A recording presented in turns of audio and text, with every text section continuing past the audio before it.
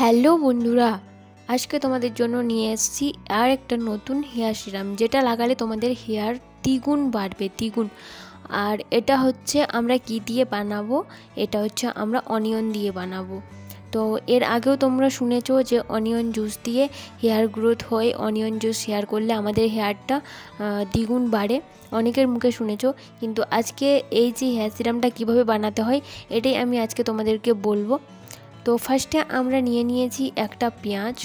তোমাদের চুল যত বড় থাকবে তোমরা সেই অনুযায়ী মানে পেঁয়াজটা নেবে। তোমাদের যদি চুল অনেকটাই বড় থাকে তাহলে কিন্তু তোমাদেরকে দুটো পেঁয়াজ নিতে হবে, আর যদি মিডিয়াম থাকে তাহলে একটা বড় সাইজের পেঁয়াজই হয়ে যাবে।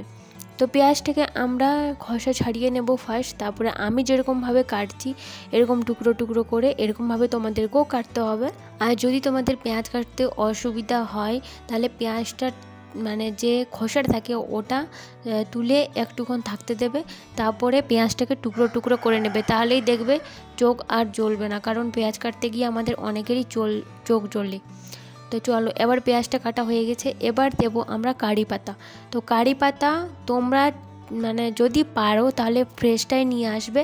আমি বাড়িতে গাছ লাগিয়েছি, তার জন্য আমি মানে ফ্রেশ পাতাটাই তুলে এনে দিলাম। আর যদি না থাকে তাহলে তোমরা কারি পাতা কিনলেও পাওয়া যায়, ওটাও দিতে পারো। এরপরে এখানে দেবো হচ্ছে চা পাতা। তো এগুলো কিন্তু স্কিপ করলে চলবে না, প্রত্যেকটা জিনিস তোমাদেরকে দিতে হবে, নইলে পরে বলবে যে দিদি তোমার হেয়ার সিরামটা বানালাম লাগালাম কিছু কাজে দিল না। আর তারপরে নিয়ে নেবে জল। আমি এখানে 1 গ্লাসের মতো জল নিয়েছি, তোমাদের চুল অনুযায়ী তোমরা নেবে। আর হ্যাঁ, এই হেয়ার সিরামটা মানে যতদিন লাগাবে ততদিন বানাতে হবে, নইলে কিন্তু খারাপ হয়ে যাবে। বা ফ্রিজে রাখতে পারো, 1 থেকে 2 দিন খারাপ হবে না। তো এই যে জিনিসগুলো ছিল আমাদের, সেটা আমি জলের মধ্যে দিয়ে নিলাম। এরপরে এগুলোকে ঠিকঠাকভাবে ফুটিয়ে নিতে হবে, একদম লো ফ্লেমে দেবে ফার্স্টে, তারপরে একটু বাড়িয়ে দিতে পারো গ্যাসের আঁচটা। তো দেখতে পাচ্ছ এরকম যখন কালার হয়ে যাবে জলটার, তখন কিন্তু তোমাদেরকে বন্ধ করে নিতে হবে। আর ফার্স্টে ঠান্ডা হতে দিতে হবে। যদি গরম গরম লাগিয়ে নাও তাহলে কিন্তু তোমাদের চুল গ্রোথের বদলে চুল উঠে যাবে। তো আমি ঠান্ডা হতে দিয়েছিলাম, তারপরে হচ্ছে একটা চা ছাঁকনির সাহায্যে ছেঁকে নেব। বা তোমরা যদি ছাঁকতে না চাও তাহলে তোমরা এমনিতেও লাগাতে পারো, বাট ছাঁকলে ভালো হয়। আর যে জিনিসগুলো ছিল সেগুলোকে ফেলে না দিয়ে পেস্ট করেও হেয়ার মাস্ক হিসাবে ব্যবহার করতে পারো, বাট আমি পেস্ট করব না আজকে, আমি ওটা লাগাবো না। শুধু আজকে আমি যে সিরামটা বানিয়েছি সেটাই লাগাবো আর কি।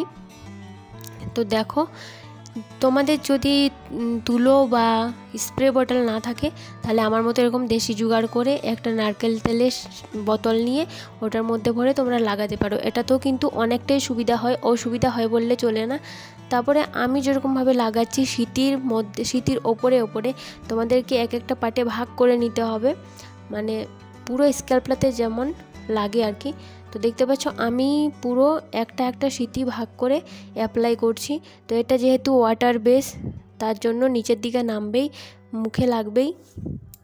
আর হ্যাঁ বন্ধুরা, তোমরা এর আগে অনেকেরই মুখে শুনেছো যে অনিয়ন জুস চুলে দিলে চুলটা দ্বিগুণ বাড়ে। এটা একেবারে সত্যি।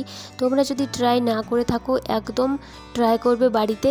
আর এটা যদি পারো সপ্তাহে 3 দিন লাগাতে হবে, একদম নিয়ম করে 3 দিন, মানে 3 দিন লাগাতে পারো। আর যদি তোমাদের টাইম থাকে তাহলে প্রত্যেক দিনই লাগাতে পারো, বাট প্রত্যেক দিন হেয়ার ওয়াশ করাটা পসিবল হয় না, তার জন্য 1 সপ্তাহে 3 দিনই লাগানো দরকার।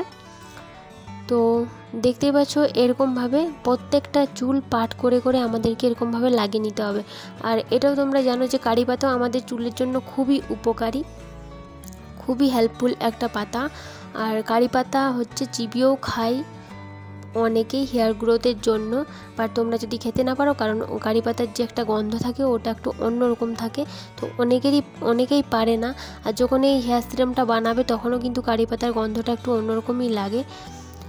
তো এরকম করে করে পুরো স্ক্যাল্পটাতে আমি দিয়ে নেব।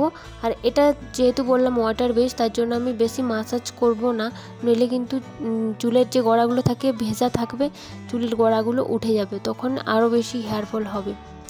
তো লেন্থের দিকে না দিলেও চলবে, বাট স্ক্যাল্পটাতে পুরো স্ক্যাল্পটাতেই যেন লাগে এরকমভাবে তোমাদেরকে লাগাতে হবে। আর চায়ের মধ্যেও অনেক গুণাগুণ আছে আমাদের হেয়ার গ্রোথের জন্য। দেখবে অনেকে শ্যাম্পু করার সময় চা পাতা জল মিশিয়ে করে, চাটাকে ফুটিয়ে তারপরে যে জলটা থাকে ওটাতে শ্যাম্পু মিশিয়ে তারপরে হেয়ারটা ওয়াশ করে। তো তোমরা ওরকম করতেই পারো, হোমমেড রেমেডি না ইউজ করলে চুল কিন্তু বাড়ে না। আর সবসময় ব্যবহার করবে যেন দোকানের যে গন্ধওয়ালা নারকেল তেলগুলো হয় ওগুলোকে অ্যাভয়েড করার জন্য সিম্পল যে প্যারাশুট বা মানে যেগুলোতে গন্ধ হয় না সেগুলোই যেন ব্যবহার করো, তাহলে কিন্তু সুবিধা হয় আর ওগুলোতে বেশি কেমিক্যাল দেওয়া থাকে না। তো দেখো আমি পুরো স্কাল্পটাতে লাগিয়েই নিয়েছি, আর যতটুকু বেঁচেছিল ওটাও আমি লাগিয়ে নিলাম। আর আমার যে হেয়ার সিরামটা বেঁচে আছে ওটা হচ্ছে আমি শ্যাম্পুর সাথে মিক্স করে লাগাবো। যে হেয়ার সিরামটা আমার বাটির মধ্যে ছিল ওটাতে আমি শ্যাম্পু দেবো, তারপরে চুলটাতে অ্যাপ্লাই করব। এরপরে হচ্ছে আমি ম্যাসাজ করব না, এটাকে 1 থেকে 2 ঘন্টা রেখে দেব এমনি একটা বান বানিয়ে। তারপরে তোমাদেরকে রেজাল্টটা দেখাচ্ছি হেয়ারটা ওয়াশ করার পর। তো তোমরা রেজাল্ট দেখার জন্য তৈরি হয়ে যাও আর অ্যাপ্লাই করার জন্য। তো দেখো বন্ধুরা, এরপরে হচ্ছে রেজাল্ট। তো দেখো আমার চুলটা কীরকম লাগছে।